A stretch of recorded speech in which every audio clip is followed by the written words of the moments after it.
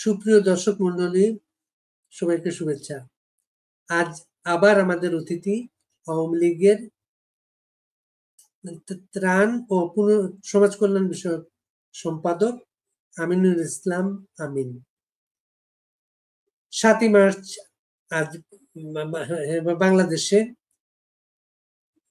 বঙ্গবন্ধুর ঐতিহাসিক ভাষণে বাংলাদেশ ৭১-এ একটা দিক নির্দেশনা পেয়েছিল। সেই বাংলাদেশে, স্বাধীন বাংলাদেশে দ্বিতীয় দফায় বঙ্গবন্ধু এবং ৭ই মার্চ নিষিদ্ধ। ৭ই মার্চ সারা বাংলাদেশে এসে ভাষণটা বাজানো হয়। ৭৫-এর পরে ভাষণটা বাজানো বন্ধ হয়ে গিয়েছিল। আবার একই পরিস্থিতি বাংলাদেশে।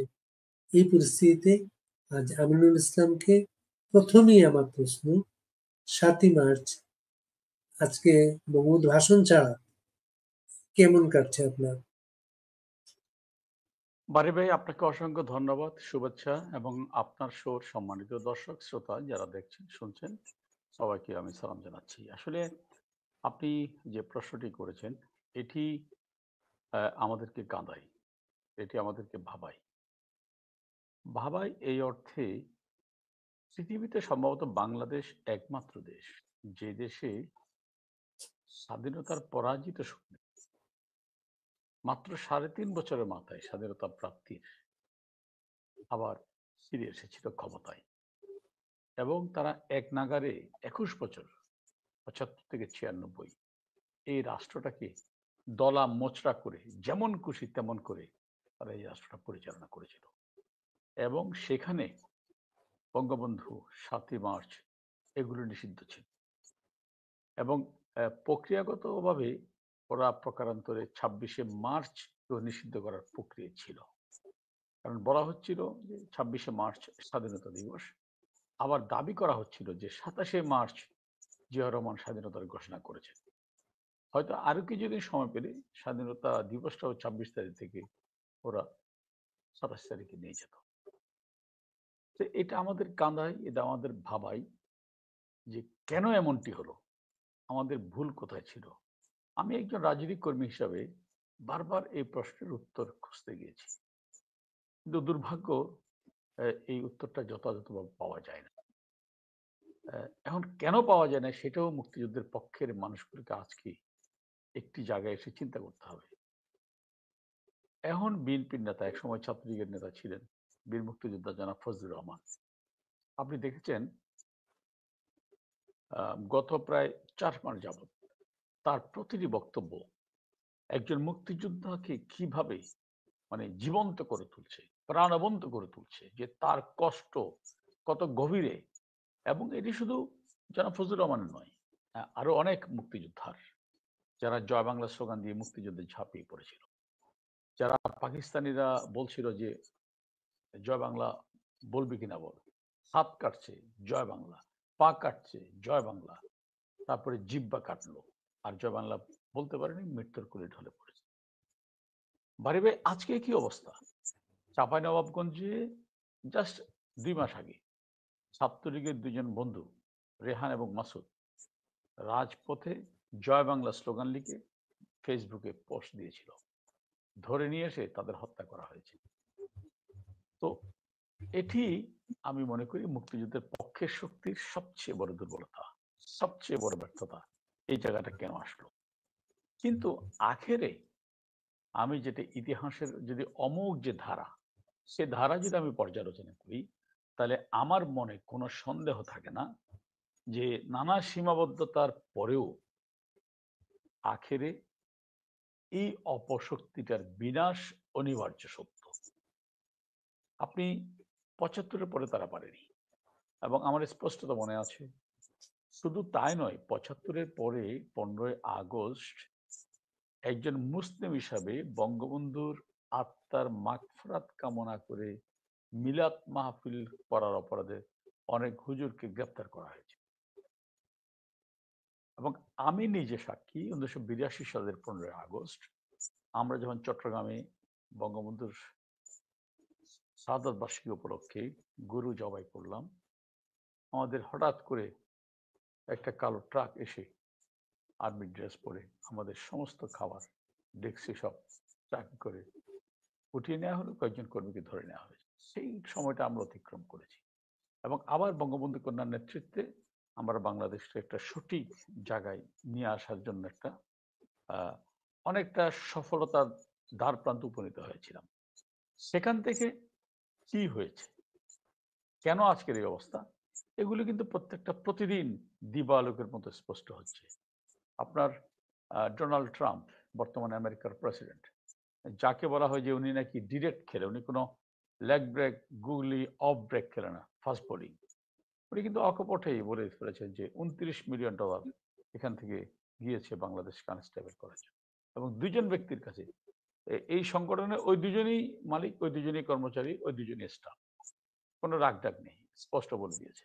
এবং গতকাল আপনি নিশ্চয়ই জাতিসংঘের মহাসচিব ফলকার টুর্ক, তাকে যখন বিবিসির সাংবাদিক প্রশ্ন করেছিল যে জাতিসংঘ মানবাধিকার এবং গণতন্ত্রের জন্য কোথায় কি ভূমিকা রেখেছে, সেখানে কিন্তু তিনি স্পষ্ট বলে দিয়েছেন যে হ্যাঁ, এজ এক্সাম্পল আমি বাংলাদেশের কথা বলতে পারি যে সেখানে জুলাই আগস্ট আন্দোলনের সময় আমরা সেনাবাহিনীকে ওয়ার্নিং দিয়েছি যে কোনোভাবেই এদের বিপক্ষে দাঁড়ানো যাবে না, তাহলে আমরা সেনাবাহিনী জাতিসংঘ থেকে প্রত্যাহার করে নেব। অর্থাৎ এই গেম প্ল্যানটা যে কত গভীর থেকে শুরু হয়েছে এবং কত গভীর থেকে পরিচালিত হয়েছে, এর পেছনে এটি আজকে দিনের পর দিন দিনের আলোয় স্পষ্ট থেকে স্পষ্টতর হচ্ছে। তা আমি মনে করি ভবিষ্যতে আরো হবে এবং যখনই আরো স্পষ্ট হবে তখনই আপনি দেখবেন যে আজকে যারা ৭ই মার্চকে নিষিদ্ধ করতে চায় অথবা করেছে, 15ই আগস্টের ছুটি যারা বাতিল করেছে, জয় বাংলাকে যারা নিষিদ্ধ করেছে, ৭২-এর রক্তে কেনা সংবিধানকে যারা কবর দিতে চায়, আখেরে এই দেশের মানুষের কাছে তাদেরই কবর রচিত হবে। এটা কিন্তু ইতিহাসের অমুখ সত্য বাড়ি ভাই। ৭ই মার্চে আপনারা ধানমন্ডি ৩২ নম্বরে যেতেন, বঙ্গবন্ধুর প্রতিকৃতিতে পুষ্পার্ঘ্য দেয়া হতো। আগামীতে যখন বাংলাদেশে যাবেন, ধানমন্ডি ৩২-এ সেই বাড়িটা নেই। সেই বাড়িটা যখন ধূলিসাৎ করা হচ্ছিল আওয়ামী লীগের একজন কর্মী নেতা হিসেবে, আপনি কিভাবে দেখছিলেন বিষয়টা? না, বাড়ি ভাই, আমরা কিন্তু দেশের বাইরে যাইনি। হ্যাঁ, আমরা কৌশলগত কারণে আত্মগোপনে আছি এবং ডেফিনেটলি যে ৩২ নম্বরের যে বাড়িটা মাটির সাথে ঘুরিয়ে দেওয়া হয়েছে, হ্যাঁ, এটা তো আসলে ভাষায় বর্ণনা করার যেমন কিছু নাই, আবার কিভাবে একজন আওয়ামী লীগের কেন্দ্রীয় নেতা হিসাবে আমাদের ব্যর্থতাও কিন্তু আড়াল করার সুযোগ নেই।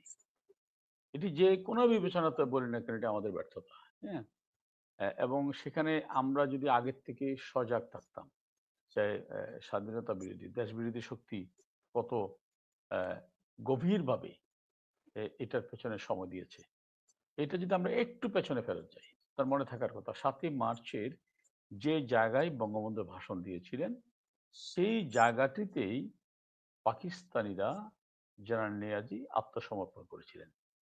আমরা ৭৫-এর পরে দেখলাম জিয়াউর রহমান সেখানে একটি শিশু পার্ক তৈরি করলেন।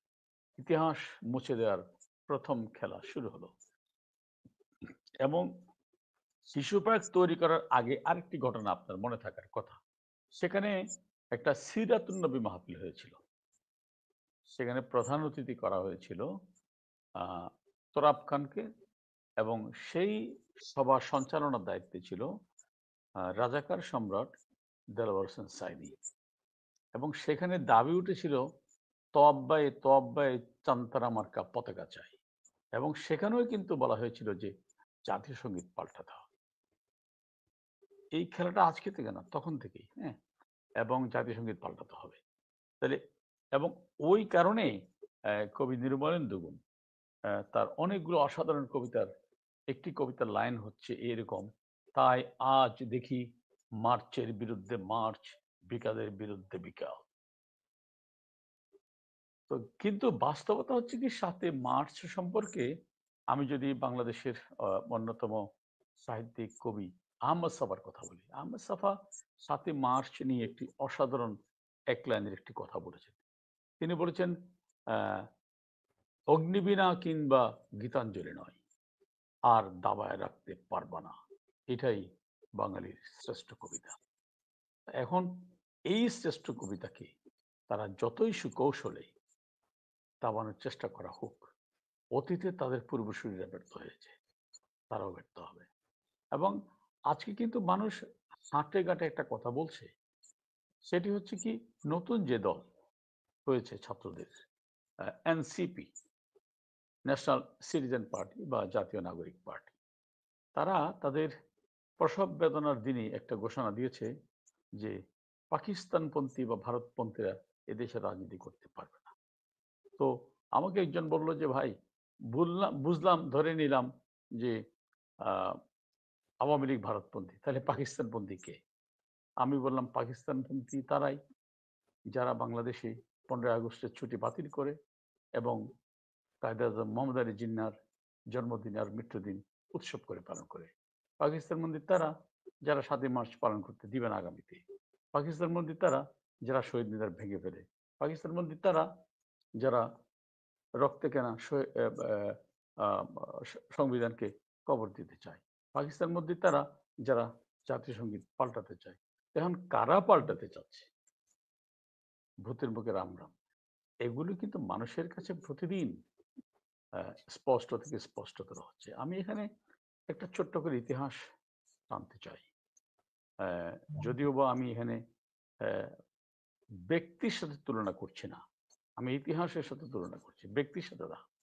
সেটি হচ্ছে আজ থেকে 1450 বছর আগে কারবালার প্রান্তর, ইমাম হুসাইন রাদিয়াল্লাহু তাআলা আনহুর মস্তক ছিন্ন করে এজিদ বাহিনী দামেস্ক জুড়েই উল্লাস নৃত্য করছে।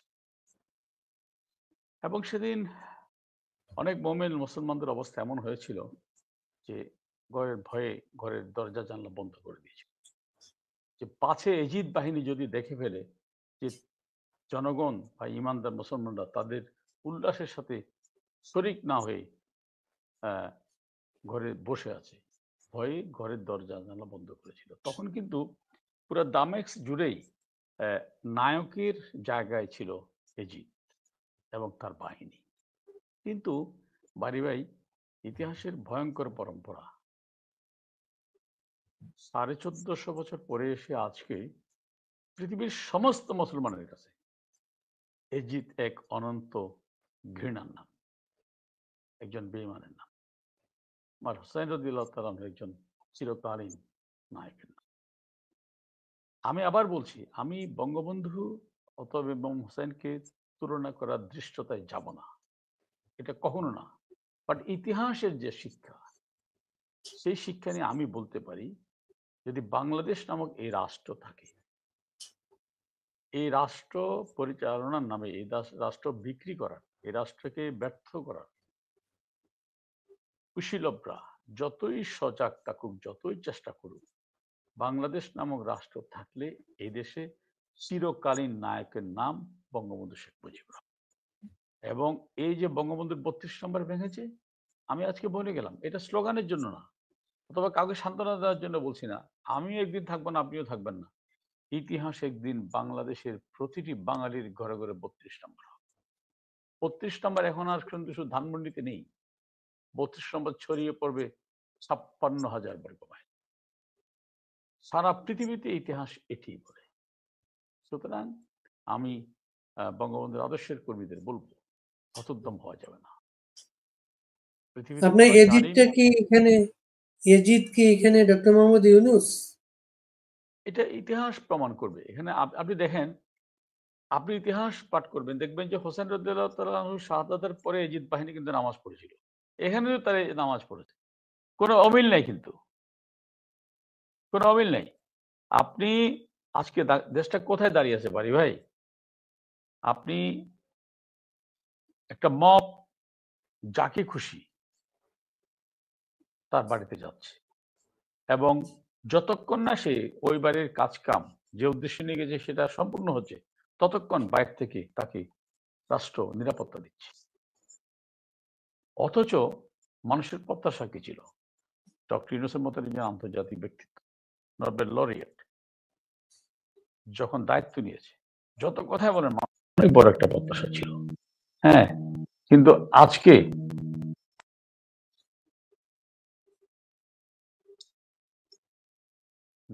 আজকে সেই প্রত্যাশাটা মানুষের শুধু নষ্ট হচ্ছে না, বেলুনের মতো চুপসে গেছে, বরং নেতিবাচক একটা ভাবমূর্তি তৈরি হচ্ছে। এই বাংলাদেশের জন্য তো মুক্তিযোদ্ধারা যুদ্ধ করেনি। মিনিমাম যদি বিবেকবোধ থাকে, আমি অপরাধ করতে পারি, যে কেউ অপরাধ করতে পারে, অপরাধ বা ভুল মানুষ করে, তাদের শাস্তির বিধান তো অবশ্যই আছে। কেউ তো বলছে না শাস্তি দেওয়া যাবে না। আপনি সরকার কোথায় দাঁড়িয়েছে? সরকার প্রধান ডক্টর ইউনূস বলছেন যে ডিসেম্বরে নির্বাচন, এবং তিনি আবার গতকাল বলেছেন যে আওয়ামী লীগ নির্বাচনে অংশগ্রহণ করবে কি করবে না সেটা তাদের ব্যাপার। আবার বলছেন যে নির্বাচন কমিশনের সিদ্ধান্ত নিবে। আবার তার ভাষায় তার নিয়োগকর্তা ছাত্ররা, তাদের একজন যিনি এনসিপির প্রধান, তিনি বলছেন দেশে এখন নির্বাচন করার মতো কোনো পরিবেশ নাই।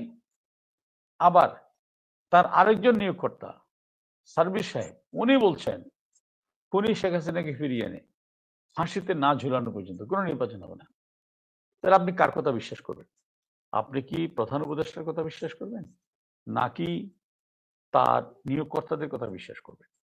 আবার প্রধান উপদেষ্টার প্রেস সচিব বলছেন যে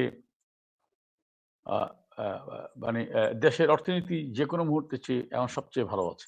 আবার তাদের অর্থ উপদেষ্টা বলছেন নতুন কোনো বিনিয়োগ নাই, ব্যবসা বাণিজ্য খারাপ, কর্মসংস্থান নেই, দেশের মানুষ কষ্ট আছে। কোনটা আপনি বিশ্বাস করবেন? তো এখন আমি যেটা মনে করি যে মানুষকে বোকা ভাবার কোনো সুযোগ কিন্তু নাই। এখন আমি মনে করি, আমি আওয়ামী লীগের কেন্দ্রীয় নেতা, আপনি বড় সাংবাদিক, এই দেশের একজন গ্রামের কৃষক, এই দেশের একজন রিক্সা পুলার, সে কিন্তু আমাদের চেয়ে কম রাজনীতি বুঝে, এটা ভাবার কোনো কারণ। আমি আমার শ্রদ্ধাবোধ সাধারণ মানুষের প্রতি অতীতে ছিল, এখন আছে, ভবিষ্যতে থাকবে। কারণ আমি মনে করি মানুষ ভুল কম করে, মানুষকে সাময়িক সময়ের জন্য আপনি লাভ দিতে পারেন, বিভ্রান্ত করতে পারেন। কারণ আমি ইতিহাসের কথাটা এই জন্য বললাম বাড়ি ভাই, বাংলাদেশ রাষ্ট্র যে স্বাধীন হয়েছে ৭১, এর ভিত্তি কি? আপনি ৭ই মার্চের ভাষণের ১৯ মিনিটের যে ভাষণ, সেখানে প্রতিটি লাইন বাই লাইন যদি আপনি গবেষণা করেন, আপনি সেখানে মহান স্রষ্টা রব্বুল আলমিনের উপরে বঙ্গবন্ধুর অগাধ বিশ্বাসের, প্রত্যয়ের প্রমাণ যেমন পাবেন, মানুষের প্রতি তার ভালোবাসার প্রমাণ যেমন পাবেন, বিপদে পড়লে করণীয় কি সে নির্দেশনা যেমন পাবেন, প্রত্যেকটা জিনিসই পাবেন। এবং ৭ই মার্চের ভাষণের সবচেয়ে বড় দিক কি? পৃথিবীতে আপনি এমন একজন রাজনৈতিক নেতা দেখাতে পারবেন না, একজন। আপনি দেখুন, আপনি মুক্তিযুদ্ধটাকে যদি কয়েকটা ভাগে বিভক্ত করেন, ৭ই মার্চ কিন্তু কার্যত পাকিস্তান, পূর্ব পাকিস্তান, পশ্চিম পাকিস্তানের অধীনে, কার্যত মানে ডকুমেন্টারি কাগজে কলমে ৭ই মার্চ পূর্ব পাকিস্তান, পশ্চিম পাকিস্তানের একটি অংশ, প্রদেশ।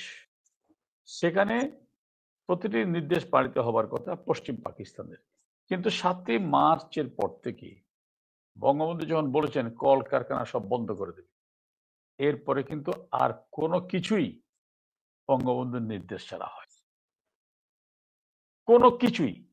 এবং তিনি বলেছেন কারখানা শ্রমিকদেরকে বলি আমার গরিব মানুষ যেন বেতন পাই, এত তারিখের মধ্যে তাদের বেতন পৌঁছে দেবা, বেতন পৌঁছে দেওয়া হয়েছে। তাহলে আপনি সেটাকে অস্বীকার করার মাধ্যমে আপনি কি বাংলাদেশকে অস্বীকার করছেন না?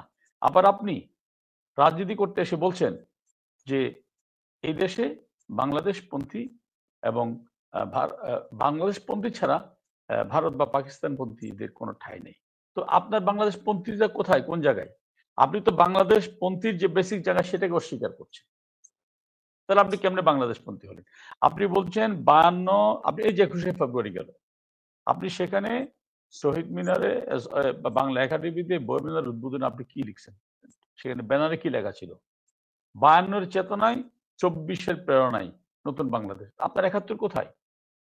তাহলে আপনি যে মুখে বলছেন যে এখানে পাকিস্তানপন্থী এবং ভারতপন্থী হওয়া যাবে না বাংলাদেশ পন্থী ছাড়া। তো আপনি নিজে তো বাংলাদেশ পন্থী নেই। বাংলাদেশ পন্থীর মূল জায়গাটা তো ৭১, যেটি ৫২ থেকে শুরু হয়েছে অথবা ৪৭ এর পরবর্তী শুরু হয়েছে। আবার আপনি বলছেন ৪৭ এবং ২৪। ৪৭ তো বাঙালির জন্য ছিল না, ৪৭ তো পাকিস্তানের জন্য ছিল। তো আপনি তো নিজেই স্ববিরোধিতা করছেন, সেলফ কন্ট্রাডিকশনে যাচ্ছেন। এই কথাগুলো আপনি বলে, আপনি না যে হোক, সেটা যদি আমিও বলি, পার পাওয়ার সুযোগ নেই। সত্যকে ধারণ করতে হবে। আপনি চট্টগ্রাম থেকে আসা আওয়ামী লীগের তরুণ এক নেতা, চট্টগ্রামের বাসিন্দা, Nobel laureate doctor Mohammad Yunus সর্বশেষ একটা ইন্টারভিউতে বলেছেন, আওয়ামী লীগ হচ্ছে একটা পলাতকদের দল। পলাতকদের দলটা দেশে অস্থিতিশীল পরিস্থিতি সৃষ্টির চেষ্টা করছে। বারে ভাই, এটা কি সেলফ কন্ট্রাডিক্টরি কথা না? পলাতক তো নিজেই বাঁচার চেষ্টা করছে, তাহলে সে আরেকজনকে অস্থিতিশীল করার সুযোগ পাবে কোথায়? আরেকটা দেশকে অস্থিতিশীল করার জন্য তো অনেক শক্তি দরকার, অনেক সাহস দরকার, অনেক জনমানুষ দরকার, অনেক জনসমর্থন দরকার। দেশ তো ছোট্ট কোনো বিষয় না। আর ঢাকা, তাহলে এখন আপনি যদি, আমি যেমন পলাতক দলই বলছেন, তাহলে আমি তো পলাতক, তাহলে আমি অস্থিতিশীলতা তৈরি করার সুযোগটা পাই। আর এই পলাতক এই যদি থাকে, তাহলে ওদেরকে নিয়ে তো ভয় কেন? কেন বলছেন যে বাংলাদেশ আওয়ামী লীগকে রাজনীতি করতে দেওয়া হবে না? আওয়ামী লীগের যারা, যদি অবশ্যই আওয়ামী লীগটা মানুষের দল, মানুষের দলের তো লিমিটেশন আছে, সীমাবদ্ধতা আছে। আওয়ামী লীগের মধ্যে আমি যদি অপরাধী হই, আমাকে আইনের আওতায় নিয়ে বিচার করেন, কিন্তু আমাকে না পেলে, আপনি গতকাল দেখেছেন চট্টগ্রামে একজন কাউন্সিলর, তিনবার নির্বাচিত কাউন্সিলর, আমার স্নেহভাজন জসিম, হতে পারে তার বিরুদ্ধে মামলা আছে, তাকে গ্রেপ্তার করেন। তাকে না পেয়ে আপনি তার স্ত্রী ক্যান্সার আক্রান্ত, যার কেমো দেওয়ার টাইমও শেষ হয়ে যাচ্ছে, দিতে না পারলে মৃত্যু ত্বরান্বিত হবে, তাকেও আপনি ধরে নিয়ে গেলেন। এটা পৃথিবীর কোন সভ্যতায় আছে, কোন মানবতার জায়গায় আছে? একবার কি বিবেক জাগে না? ইভেন এমন যেতে হইতো যে জসিমের বউ, স্ত্রী রাজনীতির সাথে ন্যূনতম তার সম্পর্ক আছে, তাহলেও তাকে ধরতেন, সেটাও নাই। আপনি আওয়ামী লীগের একজন নেতা গ্রেপ্তার হওয়ার পরে তার পক্ষে যে লয়ারটা কোর্টে দাঁড়াচ্ছে, তাকে আপনি অ্যারেস্ট করছেন, তাকে আপনি ফিজিক্যালি অ্যাসল্ট করছেন। তো এই যখন অবস্থা, তাহলে এই পলাতক দল আবার দেশ অস্থিরতা সৃষ্টি করবে, সেই মানুষকে, সেই জনবলকে, কিছু তো নাই। এই কথাগুলো তো সেলফ কন্ট্রাডিক্টরি। উনি যদি একটু নিজের আয়নায় এই কথাগুলো ভাবেন, উনি নিজে উত্তর পেয়ে যাবেন। দেশের জলবায়ু পরিস্থিতি সবাই দেখছে। আওয়ামী লীগের কোনো তৎপরতা দেশে নেই, আওয়ামী লীগের কোনো অফিস নেই, আওয়ামী লীগের কোনো স্থাপনা নেই, আওয়ামী লীগের পক্ষে কেউ কোথাও দাঁড়াতে পারছে না। আওয়ামী লীগ হচ্ছে শয়তানদের দল, শয়তান সবগুলোকে অ্যারেস্ট করা হচ্ছে। আবার প্রধান উপদেষ্টা বলছেন নির্বাচন আওয়ামী লীগ করবে কিনা সে সিদ্ধান্তটা তাকে নিতে হবে। না, উনি এখানে, আমি মনে হয় এখানে দুটি কথা বলেছেন, যদি আমি ভুল না শুনি। উনি একবার বলেছেন যে আওয়ামী লীগ নির্বাচন করবে কিনা সেটা তাদের সিদ্ধান্ত নিতে হবে, আবার বলছেন যেটা নির্বাচন কমিশন সিদ্ধান্ত নেবে। কিন্তু বারে বারে আমার কথা হচ্ছে, নির্বাচনটা কই? আওয়ামী লীগ নির্বাচন করবে কি করবে না, সেটা তো নির্বাচন হলে প্রশ্ন আসবে, কিন্তু নির্বাচনটা কোথায়? কারণ আমি একটু আগে বলেছি, প্রধান উপদেষ্টা বলছেন যে নির্বাচন ডিসেম্বরে, এবং এর আগে সেনাপ্রধান একটু হিঁস দিয়েছিলেন যে নির্বাচন ডিসেম্বরে হতে পারে, আরো প্রায় ৩ মাস আগে। এবং আইন উপদেষ্টা আসিফ নজরুল সাহেব বলেছিলেন যে আহ, সম্ভাব্য ডিসেম্বরে নির্বাচন হতে পারে।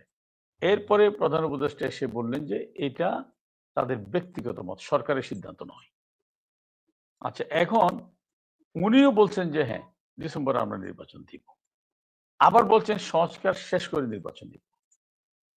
আবার তার দুজন নিয়োগকর্তা, মানে ওনার বক্তব্য, উনি ৮ তারিখে যেদিন শপথ নেন, আহ, ফ্রান্স থেকে আসলেন এয়ারপোর্টে, এবং তিনি সেখানে বলেছে এরা আমাদের নিয়োগকর্তা ছাত্ররা, আমি ওদের না করতে পারিনি, হ্যাঁ, আমি কিছু জানতাম না। যদিও উনি আবার আমেরিকাতে বিল ক্লিন্টন ফাউন্ডেশনের সবাই বলেছেন যে not that suddenly it's happened, it's it's well designed, not that it's suddenly happened. আবার বলছেন আমি কিছু জানতাম না। তো সেই নিয়োগকর্তারা বলছেন যে দেশে এখন নির্বাচন দেওয়ার কোনো পরিস্থিতি নাই। আরেকজন বলছেন যে খুনি শেখ হাসিনাকে দেশে ফিরিয়ে এনে ফাঁসিতে না ঝুলানো পর্যন্ত ভুলেও কেন নির্বাচনের কথা যেন কেউ মুখে না আনে, আনলে জিব্বা কেটে ফেলা হবে, এরকম একটা ভাব। তাহলে আপনি নির্বাচনটা দেখছেন কোথায়? নির্বাচনেতে নেই।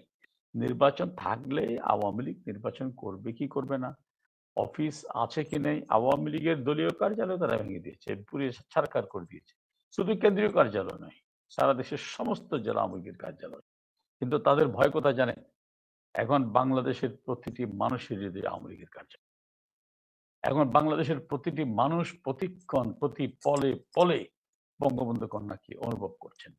আজকে একটা শোতে ছিলাম, সেখানে একজন দর্শক জানতে চেয়েছেন যে আমরা তো কোনো দল করতাম না, দল কি বুঝতাম না, আমরা প্রতিবন্ধী, আমরা শেখ হাসিনা কর্তৃক প্রতিবন্ধী ভাতা পেতাম, আমাদের কি অপরাধে সে ভাতা বন্ধ করে দেওয়া হয়? এই জবাবটা আমার কাছে নেই। এই জবাব এখন যারা রাষ্ট্র চালাচ্ছে তারা দিতে পারে। তো এই জন্যই তাদের ভয়। এটা কি আপনার কি মনে হয় আওয়ামী লীগকে বাইরে রেখে নির্বাচন করার সিদ্ধান্ত সরকারের? এখন সরকারের সিদ্ধান্ত তো এটা মনে হওয়ার তো কোনো বিষয় নয়। ধরেন তাদের, আমি যেটা বারবার বলছি যে তাদের জনাব ইউনূসের আরেকজন নিয়োগকর্তা হাসনাত আব্দুল্লাহ বোধহয় সম্ভবত ওনার নাম, উনিও তো বলছেন যে আওয়ামী লীগকে নির্বাচন করতে দেওয়া হবে না, কোন অবস্থাতে দেওয়া হবে না। তাহলে স্পষ্টভাবে এরকম বক্তব্য দেওয়ার পরে আপনার এটা মনে হওয়ার তো কোনো বিষয় না, তাই না? আবার কিন্তু সেনাবাহিনী প্রধান বলছেন সবাইকে নিয়ে নির্বাচন। এবং শুধু সেনাবাহিনী প্রধান নয়, আপনি জাতিসংঘের যে রিপোর্ট নিয়ে তারা খুশিতে আত্মহারা, সেই রিপোর্টেও কিন্তু তারা বলেছে যে জাতিসংঘ একটা ইনক্লুসিভ নির্বাচন। এবং মজার বিষয় হচ্ছে কি, জাতিসংঘের যে রিপোর্টটা নিয়ে তারা একেবারে গদগদ হয়ে গেছে, সেখানে কিন্তু জাতিসংঘ যে রিপোর্টটা পুরোটা আমি যেটা পড়েছি, সেখানে তারা যেটা বলেছে যে 4 তারিখ পর্যন্ত নিহতের সংখ্যা হচ্ছে 400, অর্থাৎ যতদিন বঙ্গবন্ধু কন্যা সরকার রাষ্ট্র ক্ষমতায় ছিলেন। এবং 5 তারিখ থেকে 7 তারিখ পর্যন্ত নিহতের সংখ্যা হচ্ছে 250। এখন এই সময়ে সরকার ছিল না, তবে এই সময়ে আপনার নিশ্চয় মনে আছে সেনাপ্রধান 5 তারিখ বিকেলে তার ভাষণে খুব স্পষ্ট করে বলেছিলেন যে আমি সব দায়িত্ব নিচ্ছি, আমি কথা দিচ্ছি, আপনারা ঘরে ফেরত যান, আমি সব দেখব, আমি কথা দিচ্ছি, বারবার উনি রিপিট করেছিলেন। এবং 8 তারিখ থেকে 15 তারিখ এই 8 দিনে নিহতের সংখ্যা 750 জন। তাহলে এখন 4 তারিখ পর্যন্ত নিহতের সংখ্যা 400 এই আন্দোলনে, এবং সেখানে এই 400 জনকে কারা হত্যা করেছে এটা জাতির কাছে স্পষ্ট। এখানে হ্যাঁ, আইন শৃঙ্খলা বাহিনীর হাতে অনেকে মারা গেছে, এবং সেটা আইন শৃঙ্খলা বাহিনীকে আইন সে অধিকার দিয়েছে। সে অধিকারটা কি? আইন শৃঙ্খলা বাহিনী যে সংবিধানের শপথ নেয় সেখানে বলা থাকে যে রাষ্ট্রের জান মালের নিরাপত্তা বিধানেই তারা সে অস্ত্র ব্যবহার করতে পারে।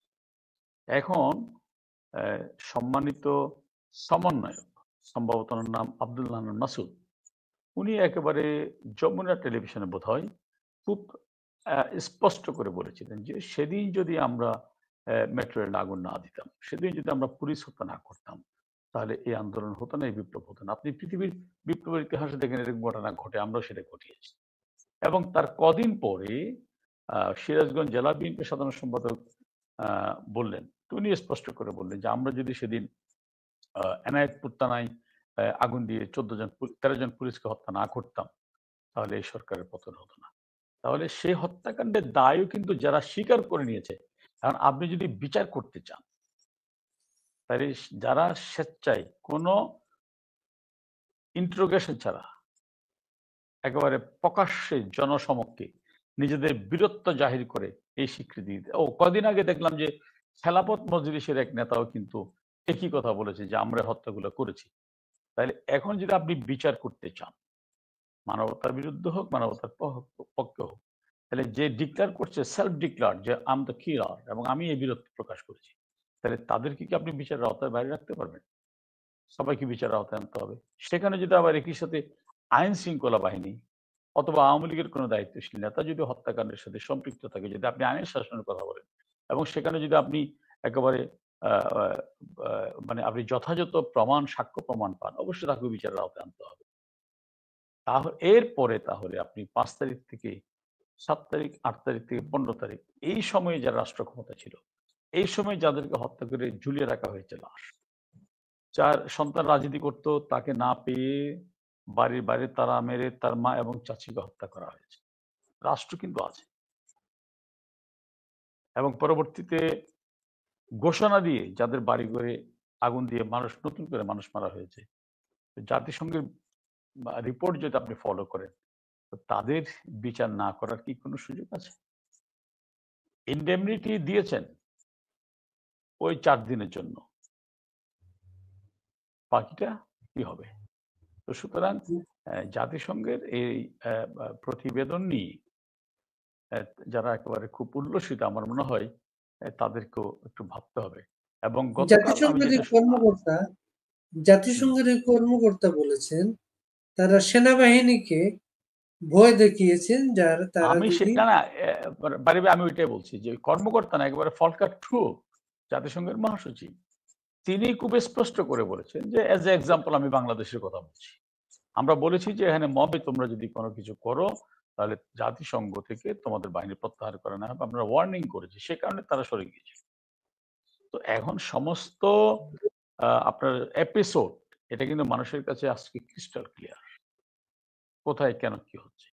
এই যে ভয়ের সংস্কৃতি তৈরি করছেন, আর কথায় কথায় ফেসিবাদ বলছেন, ফেসিবাদ বলে আওয়ামী লীগারদেরকে যারা গালি দিচ্ছেন তারা যদি একটু ভাবতেন যে আমার কথাটা ফেসিবাদের সাথে যাচ্ছে কিনা, আয়নায় যদি একটু নিজের মুখটা দেখতেন। সাদাকে রাজনীতি করতে না, শুধু রাজনীতি করা না, যদি জীবনে মানুষের মতো মানুষ হতে চান, সাদাকে সাদা বলার সাহস রাখতে হবে, কালাকে কালা বলার সাহস রাখতে হবে। না হয় সাময়িক মানুষকে আমি মহাবিষ্ট করে, মহাচ্ছন্ন করে ব্লাব দিতে পারবো। চিরকালীন মানুষের কাছে আমি একটা গালিতে পরিণত। এটা হচ্ছে ইতিহাসের অমুক শিক্ষা। আগে ছাত্র জনতা একটা মব তৈরি করত, একটা ঘটনা ঘটাতো, দাবি আদায় বাধ্য করত। এখন এসেছে তৌহিদি জনতা, যারা ঢাকা ইউনিভার্সিটির একটা মেয়েকে পড়না নিয়ে আপত্তিকর ভূমিকা পালন করার পরে গ্রেফতার করার পর থানা ঘেরাও করে তাকে ছাড়িয়ে নিয়েছে এবং কোরবানির গরুর মতো অনেকগুলা মালা পরিয়ে বিজয় ঘোষণা করেছে। এটা দেখার পরে আসলে তো বলার ভাষা নাই। মানে শুধু এই তৌহিদি জনতার কথা ওইটা বলছেন কেন? আপনি বাংলাদেশে আজকে তৌহিদি জনতার প্রতিনিধিত্ব যারা করছেন, বিভিন্ন ওয়াইজিন মাহফিল যারা করছেন, নাম দিচ্ছেন কি তাফসীরুল কোরআন মাহফিল। তাফসীরুল কোরআন মাহফিলে আলোচনা হয় রাশমিকা মান্দানা নিয়ে।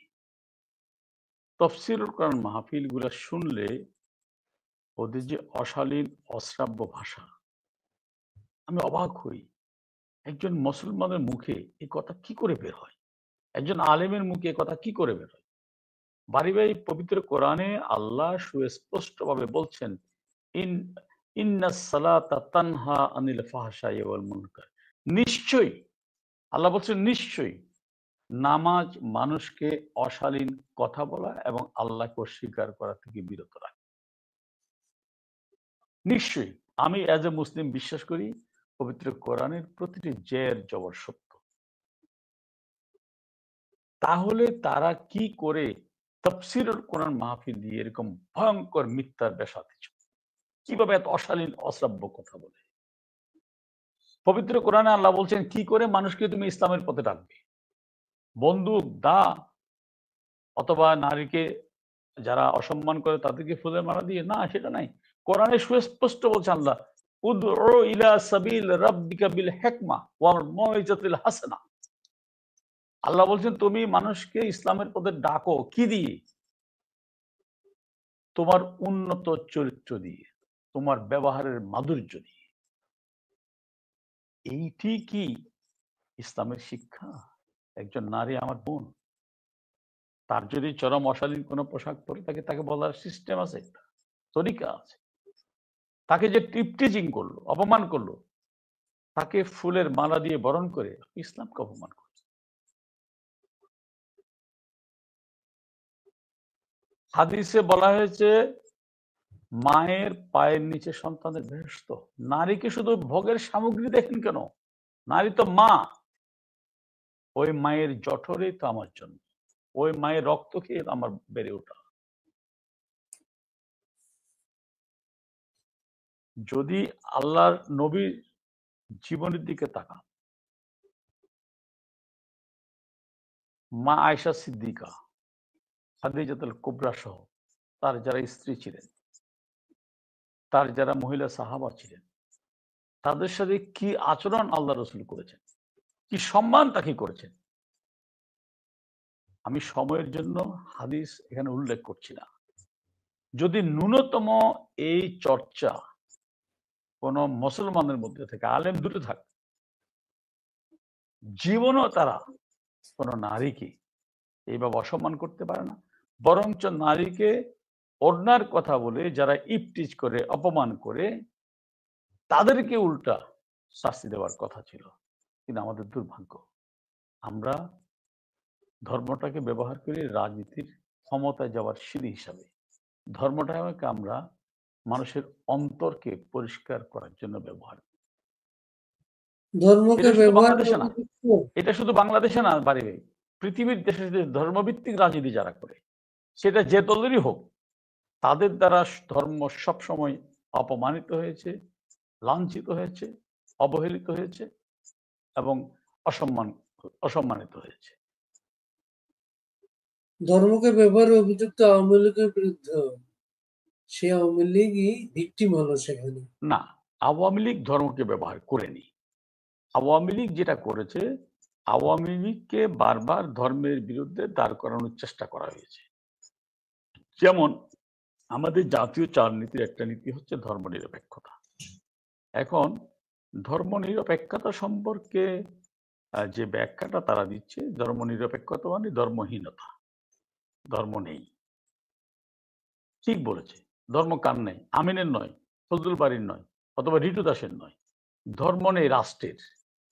রাষ্ট্রের ধর্ম থাকতে পারে না, কারণ রাষ্ট্র একটা কনসেপ্ট। রাষ্ট্রের কলমা পড়ার কোনো শক্তি নেই, রাষ্ট্রের গীতা পাঠ করার কোনো ক্ষমতা নেই, বাইবেল পাঠ করার ক্ষমতা নেই। সো রাষ্ট্র ধর্ম পালন করতে পারে না। রাষ্ট্রের ধর্ম থাকবে না, কিন্তু মানুষের ধর্ম থাকবে, যার যেটা ইচ্ছা।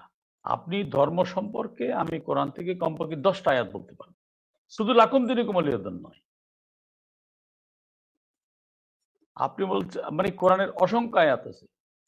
আল্লাহ কোরআনে বলছেন ওয়ালাউ শাআ রাব্বুকা লাআমানা মান ফিল আরদি কুল্লুহুম জামিয়া আফা আনতা তাকরাহুন নাসা হাত্তা ইয়াকুনু মুমিনিন। আল্লাহ বলছেন, হে রাসূল, আপনি জানেন আমি খোদা চাইলে পৃথিবীর সমস্ত মানুষকে মুসলমান করে পৃথিবীতে পাঠাতে পারতাম। এরপরে কি আপনি কাউকে ইসলাম ধর্ম গ্রহণ করার জন্য জবরদস্তি করবেন? তার মানে কি শিখলেন আপনি? অসংখ্য আয়াত আছে, তাই এক রাহাফিদ্দিন, অসংখ্য, সময় নষ্ট করবেন না। সুতরাং আওয়ামী লীগ যেটা করেছে, আওয়ামী লীগকে যখন এভাবে ধর্মের বিরুদ্ধে দাঁড় করানোর চেষ্টা করা হয়েছে, তখন আমরা আমাদের জায়গা থেকে যেটা বোঝানোর চেষ্টা করেছি যে আমরা ধর্মের বিরুদ্ধে নয়। কারণ আমরা এটা বলে বলে আওয়ামী লীগকে বারবার হোঁচট খাওয়ানোর চেষ্টা করা হয়েছে।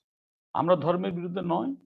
সেই কারণে যেমন আমরা বলেছি, যেমন আপনি যদি একটু পেছনে ফেরে যে সময় নিতে হচ্ছে আপনার, জানি না দর্শকরা বিরক্ত হবে কিনা, যে 1972 সালে দেশ স্বাধীন হবার পরে বাংলাদেশের একজন আলেম বঙ্গবন্ধুকে বলেনি যে আপনি মাদ্রাসা শিক্ষা চালু করেন, মাদ্রাসা শিক্ষা বোর্ড পুনর্গঠন করেন। বঙ্গবন্ধু আওয়ামী লীগের সাবেক সভাপতি মৌলানা আব্দুর রশিদ তর্কবাগীশকে চেয়ারম্যান করে মাদ্রাসা শিক্ষা বোর্ড পুনর্গঠন করলেন। তাহলে ইসলামের প্রতি, প্রকৃতি ইসলামের প্রতি, মদিনার ইসলামের প্রতি বঙ্গবন্ধুর দরদ ভালোবাসা না থাকলে মাদ্রাসা শিক্ষা বোর্ড পুনর্গঠন করতেন না। কবি নজরুলের একটি বিখ্যাত কবিতা আছে, বিশ্ব যখন এগিয়ে চলে আমরা আছি পিছে, বোধ তালাকের ফতোয়া খুঁজি কোরআন হাদিস চষে। মৌলানা সাহেবরা যেন বোতালাকের ফতোয়ার মধ্যে সীমাবদ্ধ না থাকে, তারা যেন ইসলামের জ্ঞান বিজ্ঞানের প্রতিটি শাখায় উপশাখায় বিচরণ করতে পারে, সেই জন্য বঙ্গবন্ধু কি করলেন? ইসলামের গবেষণার জন্য ইসলামিক ফাউন্ডেশন করলেন। বাংলাদেশের কোন আলেম কি বঙ্গবন্ধুর কাছে গিয়েছিল যে আপনি একটা ইসলামিক ফাউন্ডেশন করেনি? বঙ্গবন্ধু যেহেতু ধারণ করতে, ধর্মটা কিন্তু হৃদয় বিশ্বাস, না জেনে না থেকে বিশ্বাসের নামই হচ্ছে ইসলাম, এটার নাম হচ্ছে ঈমান। সে বিশ্বাস করতেন বলেই আমরা সেগুলো করেছিলাম। তারপরেও বারবার এই আওয়ামী লীগের ধর্মের বিরুদ্ধে সেই খেলা পাকিস্তানের মধ্যে থেকে শুরু হয়েছিল। বঙ্গবন্ধুর অসমাপ্ত আত্মজীবনীতে আপনি পাবেন, এখনো আছে, ভবিষ্যতেও চলবে। এখন সেই আমাদের বিরুদ্ধে সেই ইসলামী অপপ্রচারটা বন্ধ ফাউন্ডেশন করার জন্যই আমি সেই অপপ্রচারটা বন্ধ করার জন্যই আমাদের কিছু কাজ করতে হয়েছে। তার মানে আমরা ধর্মকে নিয়ে খেলার চেষ্টা করি নাই। সেই ইসলামী ফাউন্ডেশন কি গবেষণা করেছে? আমরা কেউ কোনোদিন জানি নাই। না, শুধু একটাই সেটা জানি, কিন্তু চাঁদ দেখা গেল কিনা, চাঁদ দেখা কমিটির বৈঠকটাই না, সেখানে হয়েছে। গবেষণা যদি না করা হয়ে থাকে এটা তো মানে দায়িত্ব যে সৃষ্টি করেছেন তার না। কারণ আপনি আপনার সন্তানকে ভালো টিচার রাখলেন, ভালো কলেজে পড়তে দিলেন, কেন? সে যেন বড় হতে পারে। এখন সে যদি পড়াশোনা না করে সেই দায়িত্ব যে কারণে তার। আপনি তো অ্যাজ এ স্টেট চিফ, রাষ্ট্রের প্রধান হিসেবে আপনি আপনার দায়িত্বটা পালন করেছেন। যে আমরা এটা করেছি। আপনি ধরেন এই যে বঙ্গবন্ধু কন্যা ৫৬০টি মডেল মসজিদ করেছেন। এটা কি শুধু মসজিদ? এটা শুধু মসজিদ নয়। আমি একদিন চট্টগ্রাম থেকে ঢাকা থেকে চট্টগ্রাম যাচ্ছিলাম। ফেনীর পাশে দেখলাম যে আসরের টাইম প্রায় শেষ হয়ে যাচ্ছে। দ্রুত গাড়িতে থামালাম। থামিয়ে আমি একটা মসজিদে নামাজ পড়তে নামলাম। আমি নামাজ পড়তে ঢোকার সময় উজু করে দেখলাম যে একজন বৃদ্ধ দাঁড়িয়ে আছে, মসজিদের দিকে হাঁ করে তাকিয়ে আছে। আমি নামাজ শেষ করে বেরিয়ে আসি, তখনও দেখি যে এই বৃদ্ধ মসজিদের দিকে হাঁ করে তাকিয়ে আছে। আমি জিজ্ঞেস করলাম যে, "চাচা কি দেখেন?" কয়, "বাবা আল্লাহর ঘর দেখি।"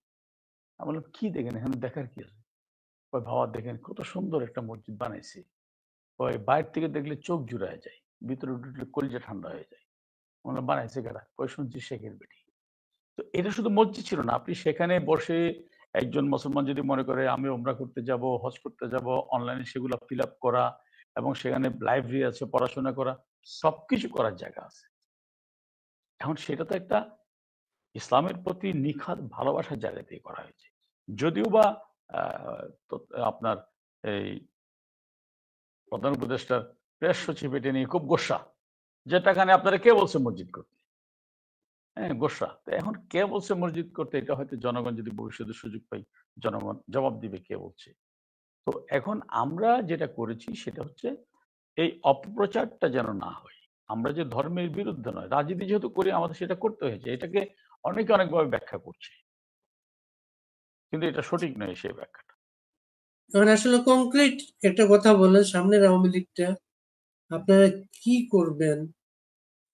নির্বাচন বলছে, ডিসেম্বরে যদি নির্বাচন হয়, সেই নির্বাচনে অংশগ্রহণের মতো কোন ধরনের পরিস্থিতি আওয়ামী লীগের কি আছে এখন? না, না, বাড়িবে কথাটা আসলে রিপিটেড হয়ে যায়। আমি তো বলছি যে আপনি ডিসেম্বরে নির্বাচনের কথা বলছেন। নির্বাচনটা আমি দেখছি না। কারণ আপনি প্রধান উপদেষ্টা, আপনি বলছেন নির্বাচন ডিসেম্বরে। আবার আপনি বলছেন যে আওয়ামী লীগ সিদ্ধান্ত নিবে। আবার আপনি বলছেন যে এটা নির্বাচন কমিশন সিদ্ধান্ত নিবে। বা মনে আবার করেন আপনার বিচার, না না আপনাদের বিচার হবে আগে, না, না, আপনার আবার আপনার বিচার না, মোকাবেলা আপ কোনো না, না, প্রস্তুতি তো নাই। না, না, না, শুনেন। আবার আপনার নিয়োগকর্তা বলছে যে নির্বাচনের পরিবেশ নেই। নির্বাচনের কথা মুখে আনবেন না। তাহলে আপনি নির্বাচন তো নাই। তাহলে যেটা নাই, দৃশ্যমান না, সেটা নিয়ে আমি এখন সিদ্ধান্ত দিব কি করে? এক। এখন দ্বিতীয় বিষয় হচ্ছে আপনি যেটা বলছেন যে আমরা কি করব? আওয়ামী লীগ কোথায়? আওয়ামী লীগ মাঠে নেই। আসলে দেখুন, আওয়ামী লীগ যদি মাঠে না থাকে, তাহলে এই যে ডেভিল হান্ট এর নামে ডেভিল প্রোটেকশন, ডেভিল সেফগার্ড, যেখানে কোনো ডাকাত ধরা পড়ছে না, ছিনতাইকারী ধরা পড়ছে না, যারা অস্ত্র লুট করলো পুলিশের তারা ধরা পড়ছে না, যারা জেল থেকে বেরিয়ে গেল অস্ত্র নিয়ে তারা ধরা পড়ছে না। আওয়ামী লীগ না থাকলে এই হান্ট কার জন্য? প্রতিদিন তো শত, শত ধরে নিয়ে আসছেন। ডেভিল হান্টের পর থেকে এ পর্যন্ত প্রায় ৩০,০০০ এর বেশি আওয়ামী লীগ নেতাকর্মী গ্রেপ্তার হয়েছে। তাই না? আওয়ামী লীগ নাই কোথায়? এবং পুলিশের কর্তারা অবাক হয়ে যায়। কয়, "এটা কি রে ভাই?" কয়, "আগে তো দেখলাম জামাত শিবির কাউকে ধরলে বলতো আমি শিবির করি না। আমি ছাত্রলীগ করি, আমার নেতা অমুক, আমার ভাই অমুক।" কয়, "এখন তোরা কয় আমি ছাত্রলীগ করি। আমাকে ধরো।" কয়, "আমি জয় বাংলা আরো বলবো।" কয়দিন আগে দেখলাম চট্টগ্রামে ছাত্রলীগের ২ নেতাকে ধরেছে। তারা পুলিশ কাস্টডিতে বলছে, "হ্যাঁ, আমি বঙ্গবন্ধুর দালাল, আমি শেখ হাসিনার দালাল।" তবে অস্ত্রের রাজনীতি আমরা করি না, আমাদেরকে অস্ত্র ধরিয়ে দেওয়া হয়েছে। আমার বোন নিশি, তাকে গ্রেপ্তার করা হলো, হাজতে নিয়ে যাওয়া হলো, বুক চিতিয়ে আকাশ বাতাস কাঁপিয়ে স্লোগান দিচ্ছে জয় বাংলা। আপনার মনে থাকার কথা, রাজশাহী কলেজের আমার আরেকটা বোন, নামটা ভুলে গিয়েছি, তাকে প্রথম দিকে পরীক্ষার হলে সে পরীক্ষা দিতে গিয়েছিল, তাকে অমানসিক নির্যাতন নিপীড়ন করে চুলের মুষ্টি ধরে মারতে মারতে পুলিশের গাড়িতে উঠানো হচ্ছিল। তখনও সে স্লোগান দিচ্ছিল, বঙ্গবন্ধু স্মরণে ভয় করি না মরণে। আপনি আমার ন্যায় বলছেন কোথায়? আমি বললাম না আপনি 32 ভেঙেছেন, কোথায়? ধানমন্ডিতে। এখন সারা দেশে 32। আপনি প্রতিটি জেলায় উপজেলা আওয়ামী লীগ অফিস ভেঙেছেন, এখন প্রতিটি মানুষের ঘরে ঘরে আওয়ামী লীগ অফিস। এই ভয়েই আপনারা নির্বাচন দিচ্ছেন না, আর কোনো কারণ নেই। আপনাদের কাছে কি এমন কোনো খবর আছে? একটা অনেকে বলছেন আদালত পাড়ায় অনেকে ঘোরাফেরা করেন অ্যারেস্ট হওয়ার জন্য, গ্রেপ্তার হন, এবং এদের টার্গেট হচ্ছে তারা নতুন সরকারি দলে যোগ দেবেন। না, আমি এ ধরনের কোন তথ্য সম্পর্কে আমি অবহিত নই। বা আওয়ামী লীগে ভাঙন ধরানোর কোন চেষ্টা সম্পর্কে আপনারা জানেন? আওয়ামী লীগে ভাঙন ধরানোর চেষ্টা তারা করতে পারে, কিন্তু সেই চেষ্টা অবশ্যই প্রলোভনে মুক্ত ছড়ানো হবে। কোনো সম্ভাবনা নেই সেই চেষ্টায় সফল হওয়ার। এই রোজার মাসে সারা দেশের লক্ষ লক্ষ আওয়ামী পরিবার, জীবিকা নেই, চাকরি নেই, কিভাবে তাদের রোজা হচ্ছে, কি বলবেন তাদের উদ্দেশ্যে? তাদের সকলের প্রতি আমার অশেষ শ্রদ্ধা, আমার সহমর্মিতা এবং অক্ষম মানুষ হিসেবে মহান রব্বুল আলমিনের কাছে একটি প্রার্থনা, আল্লাহ তুমি তাদের এই কষ্টকে সহজ করে দাও, লাঘব করে দাও, তোমার হাতে সবকিছু। এটি আমার প্রার্থনা মহান রব্বুল আলমিনের। এবং খুব প্রত্যয়ের সাথে বলতে চাই, আধার কাটছে, কাটবে, আজ কি কাল ধুয়ে ধুয়ে যাবে উৎসার জঞ্জাল, মুক্তির ফুল ফুটবেই, মুক্তির ফুল ফুটবেই। আপনি ভালো থাকেন আমিন ভাই, আমরা আবার আপনার সাথে কথা বলবো। ভালো থ্যাংক ইউ থাকেন। আপনাকে এবং আপনার সম্মানিত দর্শক এবং শ্রোতা সবাইকে আমার আবারও সালাম। জয় বাংলা।